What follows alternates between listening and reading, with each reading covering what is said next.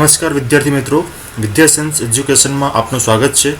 આજથી આપણે UPSC GPSC પરીક્ષા માટે ઉપયોગી એવી દરેક વિષયની એનસીઈઆરટી બુક્સ વિશે અભ્યાસ કરીશું। આજના સમયમાં કોઈપણ સ્પર્ધાત્મક પરીક્ષામાં એનસીઈઆરટી બુક્સને મહત્વનો આધાર ગણી શકાય, કારણ કે આપણે જોઈ શકીએ છીએ કે અમુકવાર ડાયરેક્ટ ક્વેશ્ચન્સ આ બધી બુક્સમાંથી આવતા હોય છે, માટે એનસીઈઆરટીનો અભ્યાસ કરવો ખૂબ જ અગત્યનો બની જાય છે। તો આજથી આપણે એનસીઈઆરટી ધોરણ 6ના ઇતિહાસ વિષયથી ચાલુ કરીશું। આપણે દરેક ચેપ્ટરમાં જોતા રહીશું કે ઇતિહાસ ઉપરાંત પોલિટી, ઇકોનોમિક્સ, ભૂગોળ અને સામાન્ય વિજ્ઞાનની એનસીઈઆરટી કે જે પરીક્ષાલક્ષી છે તેનો પણ આપણે આ અભ્યાસ આ સિરીઝમાં આપણે કવર કરીશું।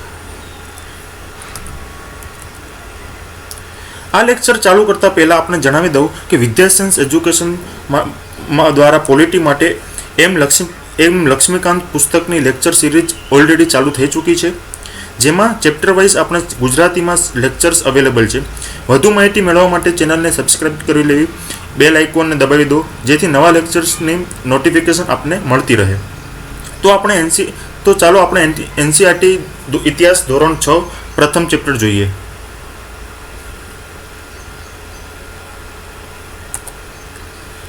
પ્રથમ ચેપ્ટરનું નામ છે શું, ક્યારે, ક્યાં અને કેવી રીતે। બેઝિકલી આ ચેપ્ટરમાં ઇતિહાસ આપણને કઈ રીતે જાણી શકીએ, કયા સ્ત્રોતોનો ઉપયોગ કરીને, અને એ સમયની જીવનશૈલી, સંસ્કૃતિ વિશે કઈ રીતે જાણી શકીએ તેની વાત કરવામાં આવી છે। બીજી વાત એ છે કે એનસીઈઆરટી બુક્સમાં વર્ણન તમને કોઈ સ્ટોરી જેવું લાગશે, એટલે કે આપણે એ જ મુદ્દાઓ વિશે ચર્ચા કરીશું કે જે પરીક્ષાલક્ષી હોય। તો આપણે જોઈએ કે ભૂતકાળ વિશે આપણે શું જાણી શકીએ છીએ, જેમ કે લોકો શું ખાતા હતા, કેવા કપડાં પહેરતા હતા, કેવા પ્રકારના ઘરોમાં રહેતા હતા। આ ઉપરાંત શિકારીઓ, પશુપાલકો, ખેડૂતો, વેપારીઓ, શિલ્પકારો, વૈજ્ઞાનિકો વગેરેની જીવનશૈલી કેવી હતી એ પણ આપણે જાણી શકીએ છીએ। લોકો ક્યાં રહેતા હતા, નકશા ઉપરથી તમે જોઈ શકશો કે ભારતની બિલકુલ મધ્યમાં કે નર્મદા નદી આવેલી છે।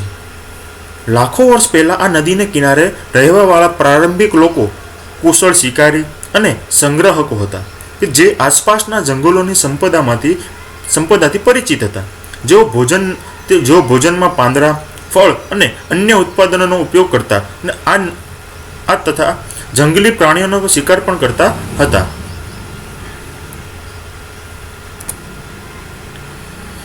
તેવી જ રીતે આપણે નકશા પરથી જોઈ શકીએ છીએ કે ભારતના ઉત્તર પશ્ચિમ વિસ્તારમાં સુલેમાન અને કિરથાર પર્વતમાળા જોઈ શકીએ છીએ, જ્યાં 8000 વર્ષ પહેલાં સૌપ્રથમવાર લોકોએ ઘઉં અને જવ ઉગાડવાનું શરૂ કર્યું તેવા પુરાવા મળ્યા છે, તથા તેઓ ગાય અને ભેંસ તથા ઘેટા બકરીને પાલતુ પ્રાણી તરીકે ઉપયોગ પોતાની સાથે રાખવાનું પણ શરૂ કર્યું હતું। તેવી જ રીતે ઉત્તર પૂર્વમાં ગારો અને મધ્ય ભારતમાં વિંધ્ય પર્વત આપણને નકશામાં જોઈ શકીએ છીએ। આ એવા વિસ્તારો છે જ્યાં ખેતીનો વધુ વિકાસ થયો। વિંધ્ય પર્વતના ઉત્તર વિસ્તારમાં સૌપ્રથમવાર ચોખાની ખેતી થયાના પુરાવા પણ મળ્યા છે।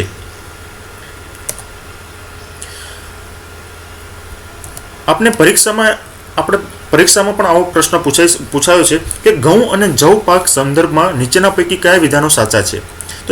તો પ્રથમ વિધાન એમ છે કે સૌપ્રથમ લોકો દ્વારા ઘઉં અને જવના પાક ઉત્પાદન શરૂ કરવામાં આવ્યા હતા।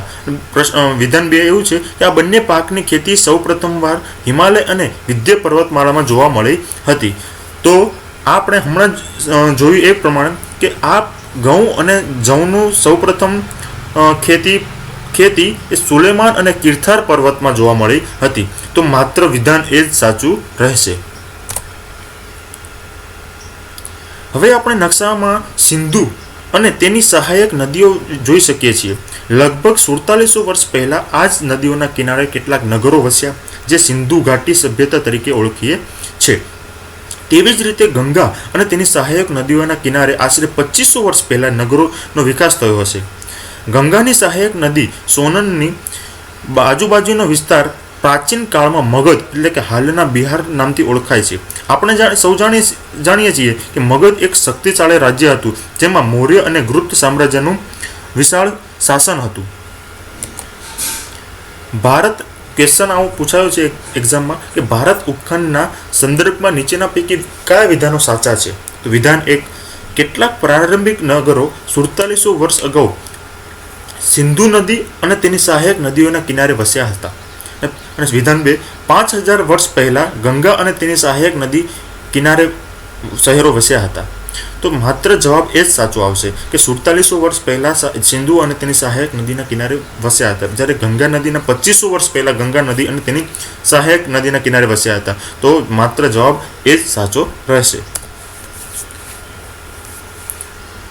પ્રાચીન કાળમાં લોકો એક જગ્યાએથી બીજી જગ્યાએ ખોરાક અને રહેઠાણની શોધમાં સતત સ્થળાંતર કરતા રહેતા હતા.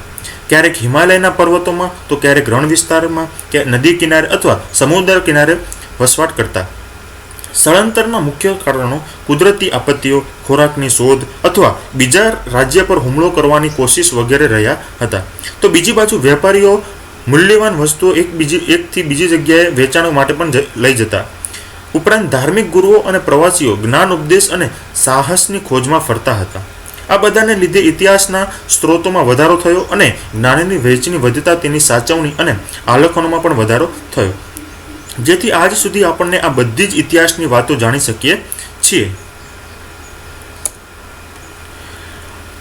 હવે આપણે વાત કરીશું આપણા ભારત દેશના નામ વિશે. આપણે જાણીએ છીએ તેમ ભારત, ઇન્ડિયા, હિન્દુસ્તાન, ઇન્ડસ, આર્યવ્રત વગેરે નામથી આપણે પરિચિત છીએ. તો આ બધાના ઇતિહાસ શું છે તે વિશે જાણીએ. ઇન્ડિયા શબ્દ ઇન્ડસ પરથી આવે છે, જે નદી સિંધુના સંસ્કૃત નામ પરથી મળી આવે છે. 2500 વર્ષ પહેલા ઈરાનથી આવતા લોકો સિંધુને ઇન્ડોસ કહેતા, જે અપભ્રંશ થતા ઇન્ડસ અને છેવટે ઇન્ડિયા તરીકે ઓળખાયું. જ્યારે ભરતખંડ નામનો પ્રયોગ ઉત્તર પશ્ચિમમાં રહેવાવાળા લોકો ઉપયોગ કરતા હતા, જેનો ઉલ્લેખ ઋગ્વેદમાં પણ જોવા મળે છે. દક્ષિણ વિસ્તારમાં આર્યનો આર્યવ્રત તરીકે ભારતખંડને ઓળખાતા હતા.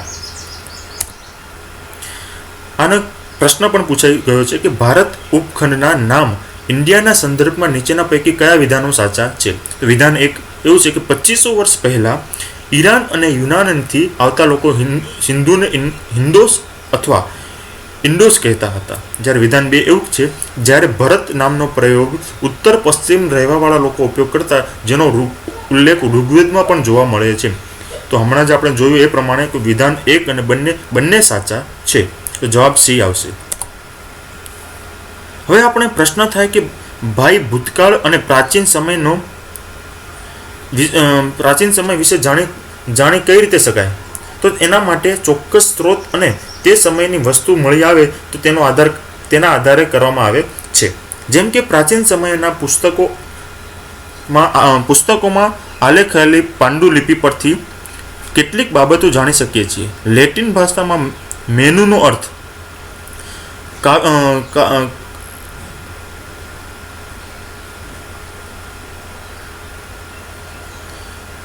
અર્થ કાવ્યથી નીકળેલું થાય છે, જેને અંગ્રેજીમાં મેન્યુસ્ક્રિપ્ટ કહેવામાં આવે છે. આ પાંડુલિપિથી તાડના પત્ર, પાંદડા અથવા હિમાલયના મળતા બૃંજ વૃક્ષના છાલ પરથી લખેવામાં આવતા તેવા પુરાવા મળ્યા છે. આ તસવીરમાં તમે જોઈ શકો છો કે કેવી રીતે તાડપત્રો પર પાંડુલિપિનો સંદેશો લખવામાં આવતા હતા.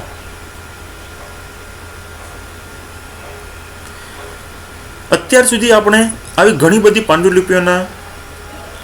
લિપિઓ થઈ ચૂકી છે, નષ્ટ થઈ ચૂકી છે, છતાં પણ ઘણી બધી હજુ યથાવત છે. પ્રાચીન કાળમાં આ પાંડુલિપિઓ મહદઅંશે સુરક્ષિત રાખવામાં આવતી, જેમાં ધાર્મિક માન્યતાઓ, વ્યવહારો, રાજ્યોનું જીવન, ઔષધિઓ વગેરે વિશે માહિતી આલેખવામાં આવતી હતી. ઉપરાંત મહાકાવ્યો, ગ્રંથો, કવિતાઓ અને નાટકો પણ આ તાડપત્રો પર લખવામાં આવતા, જેમાંથી કેટલાક સંસ્કૃતમાં, કેટલાક પ્રાકૃતમાં, તો કેટલાક તમિલ ભાષામાં લખેલા પરિણામો મળી આવ્યા છે. ઇતિહાસ જાણવાના અન્ય સ્ત્રોતોમાં આપણે અભિલેખોનો પણ અભ્યાસ કરી શકીએ છીએ. અભિલેખો પથ્થર અથવા ધાતુ પર કોતરીને આલેખવામાં આવતા હતા. અભિલેખોનો ઉપયોગ રાજાઓ દ્વારા પ્રજાને આદેશ, સંદેશ કે તેમની કીર્તિ જણાવવા માટે કરવામાં આવતો હતો. નીચે દર્શાવેલી તસવીરમાં લગભગ 2250 વર્ષ જૂનો અભિલેખ દર્શાવેલ છે, જે વર્તમાનમાં અફઘાનિસ્તાન દેશના કંધારમાંથી મળી આવેલ છે. કહેવાય છે કે આ અભિલેખ સમ્રાટ અશોક દ્વારા કોતરવામાં આવ્યો હતો.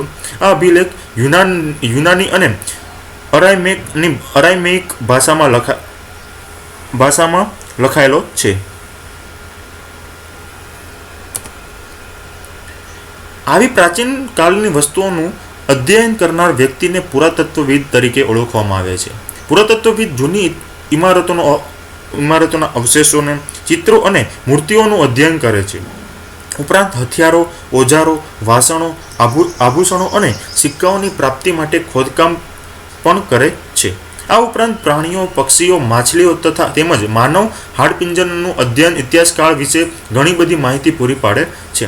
ટૂંકમાં કહીએ તો ઇતિહાસકારો અને પુરાતત્વવિદો જાસૂસ તરીકે કાર્ય કરતી પ્રાચીન કાળની વસ્તુઓને સબૂત તરીકે માની ઇતિહાસને વધુ ઊંડાણપૂર્વક જાણવાનો પ્રયત્ન કરે છે.